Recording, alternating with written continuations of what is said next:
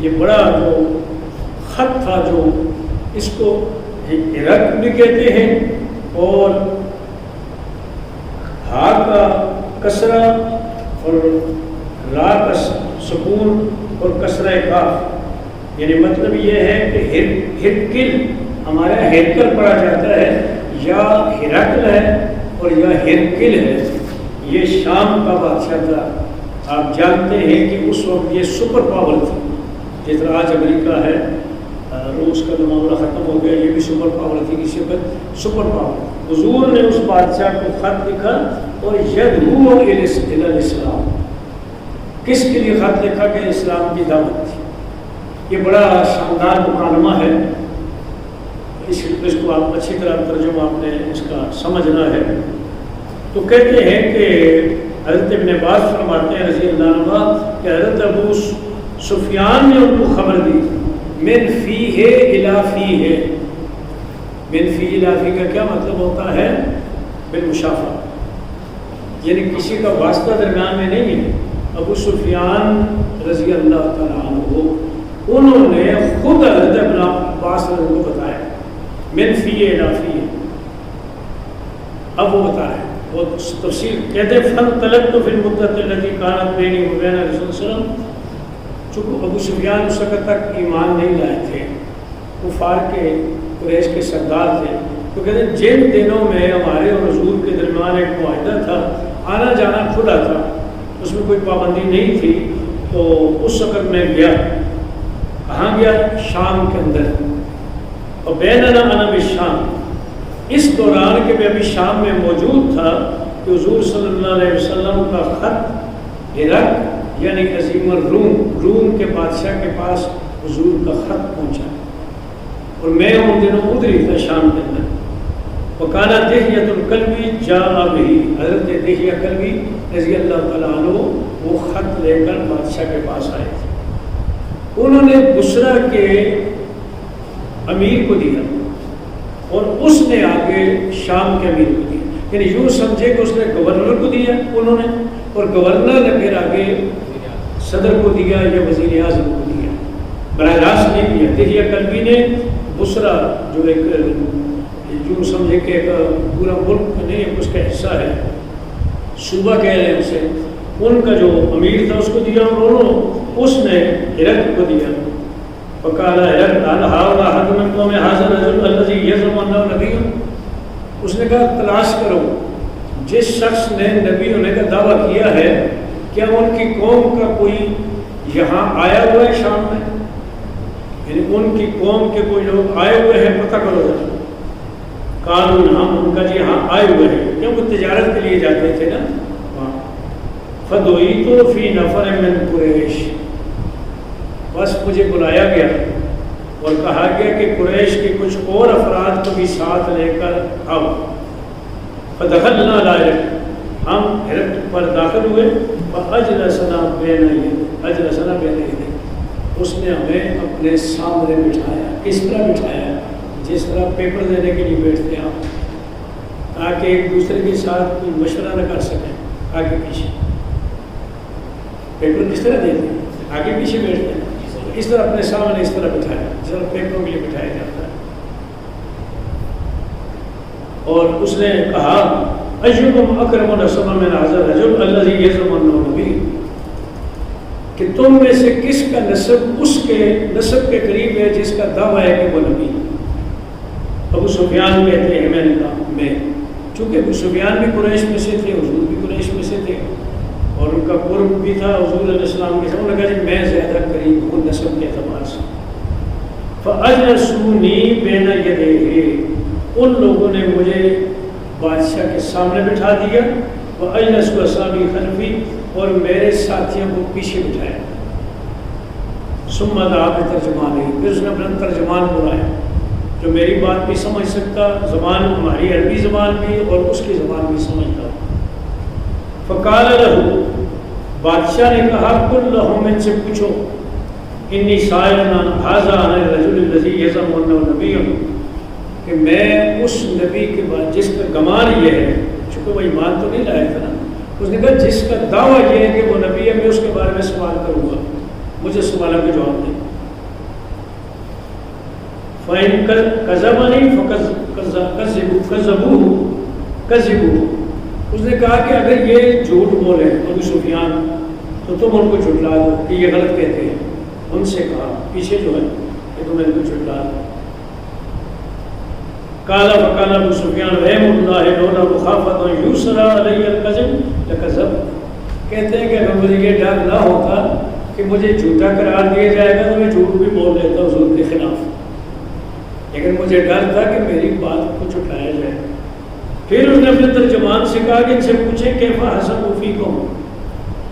جس نبی جس نے نبوت کا دعویٰ کیا ہے اس کا خاندان تمہارے اندر کیسا ہے، اس کا خاندان تمہارے اندر کیسا ہے. قال قلت هو فینا ذو حسب. ابو سفیان کہتے ہیں میں نے کہا کہ ہمارے اندر بہت عالی نسب ہے، اعلیٰ نسب والے ہیں ہمارے اندر، بنو ہاشم ہیں. قریش کے اندر بھی ان کا مقام. کالا فارقانہ میں نہ پہلا سوال. دوسرا سوال کیا ان کے آباء و اجداد میں سے کوئی بادشاہ گزرا ہے؟ فارقانہ میں نابائی ملکن قلت لا. میں نے کہا جی نہیں. اس نے کہا حل کنتم تتہمون بالکذب قبل ان یکون ما قال. اس نے کہا کیا ان کے نبوت کے دعویٰ سے پہلے کبھی تم ان پر جھوٹ کا الزام لگاتے تھے؟ یعنی یہ تو نبوت کا دعویٰ ہے نا، اس سے پہلے کسی بات میں کبھی تم حضور علیہ السلام کو جھوٹا قرار دیتے تھے؟ انہوں نے کہا ہے وہ تو صادق اور امین تھے، ماننا پڑتے نا، سچ تو یہی تھا. اچھا کال کو تو لا نہیں. انہوں نے کہا میں یقین و شراف الناس ام وافاہم.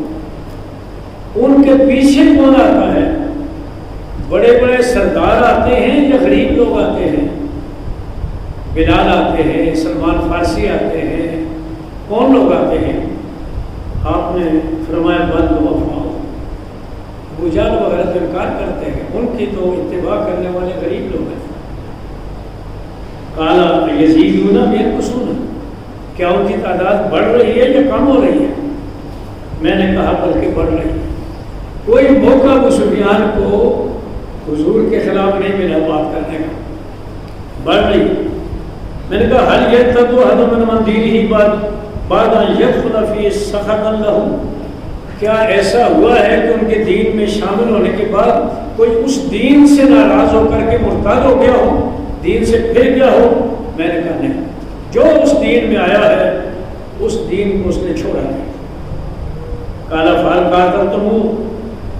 اس نے پوچھا کیا تمہاری لڑائی کبھی ان کے ساتھ ہوئی ہے؟ میں نے کہا ہاں. انہوں نے کہا کیفا کانا قتال کو بھیا ہو، تمہاری ان کی لڑائی کی کیا پوزیشن تھی؟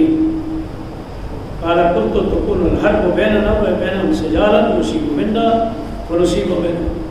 وہ تو ایک پانی کے ڈول کی طرح ہے، ڈول کبھی اس کے پاس جاتا ہے کبھی اس کے پاس جاتا ہے، کبھی ان کو فتح ہو جاتی ہے کبھی ہمیں ہو جاتے ہیں، کبھی ان کو شکست ہوتی ہے کبھی ہمیں ہوتی ہے. یہ اس طریقے سے ہماری لڑائی چلتی رہی ہے. اچھا جی وَنَحْنُ مِنْهُ. اچھا هل يَكْذِبُ. اس نے پوچھا کیا اس نبی نے کبھی دھوکہ بھی کیا ہے تم سے؟ قلت لا. میں نے کہا کبھی نہیں کیا. وَنَحْنُ مِنْهُ. اب کہتے مجھے ایک موقع مل گیا. میں نے کہا کہ آج کل ہم ایک مدت میں ہیں، یعنی ہمارے درمیان ایک معاہدہ ہے. آج کل ہمیں نہیں معلوم ما وصانع فیہا، ہمیں نہیں معلوم ہمارے ساتھ وہ کیا کرنے والے ہیں، وعدہ پورا کرتے ہیں یا نہیں کرتے ہیں. فرماتے ہیں مجھے ایک بات ملی تھی حضور کے خلاف کرنے کی، اس سے پہلے مجھے کوئی موقع نہیں ملا.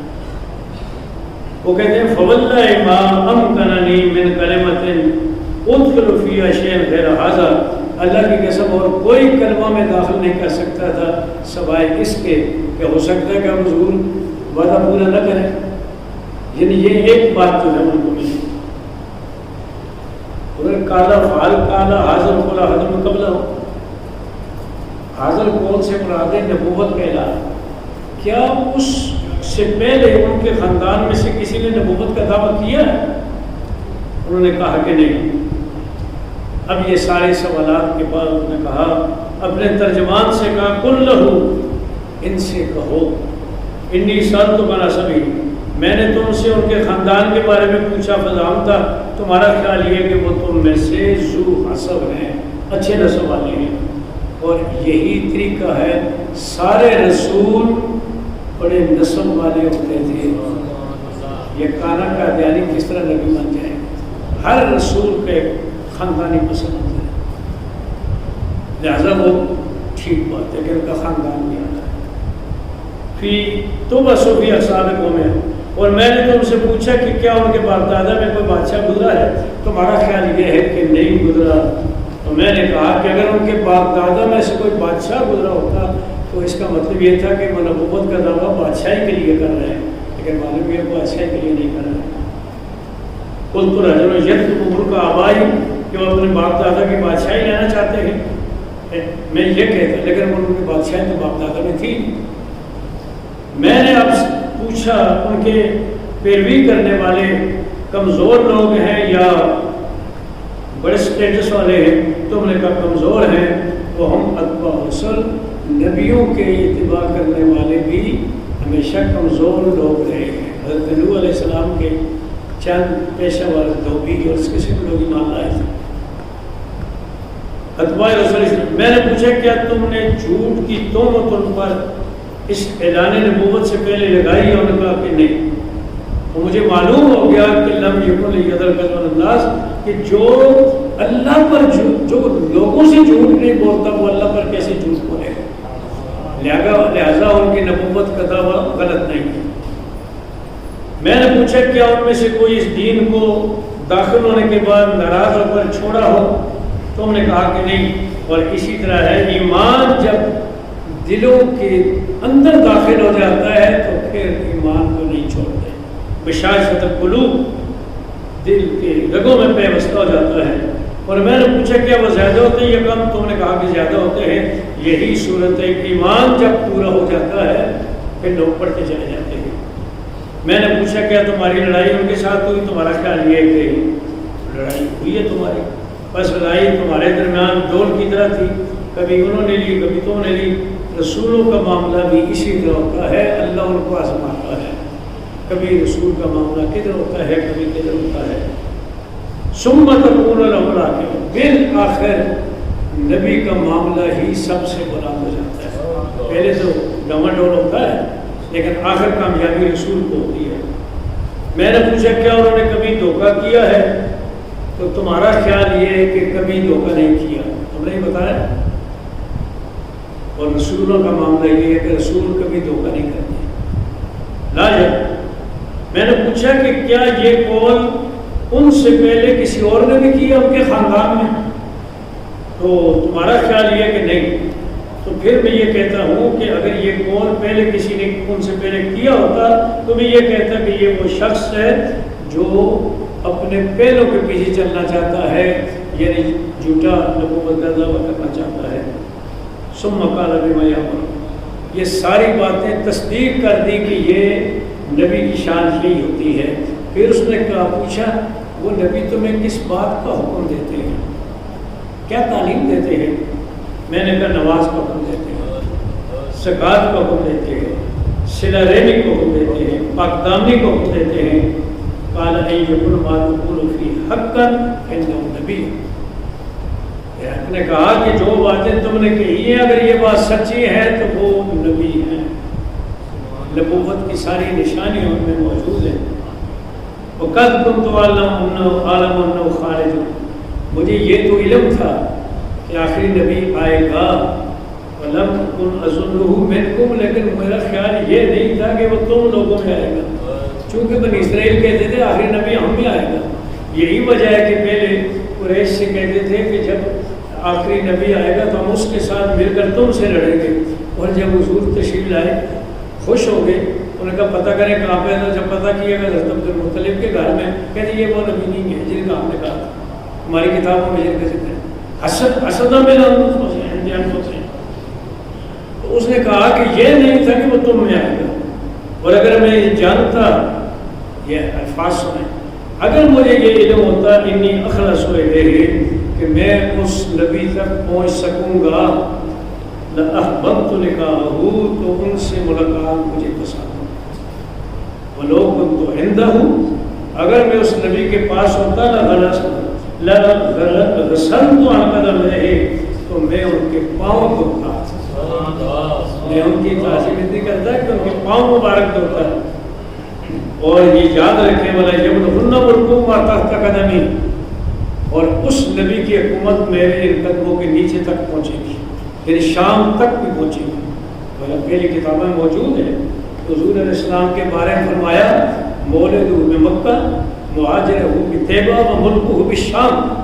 پہلی کتاب کہ آخری نبی کی پیدائش مکہ میں ہوگی، ہجرت مدینہ طیبہ میں ہوگی، حکومت شام میں ہوگی. اور پھر شام میں حکومت کب ہوئی؟ حضرت فاروق اعظم رضی اللہ تعالیٰ عنہ نے فتح کیا شام. حضور کی حکومت شام کے اندر بھی ہوگی. اس نے بتایا کہ اس کا معاملہ یہاں تک پہنچے گا کہ یہاں میرے قدموں کے نیچے تک اس کی حکومت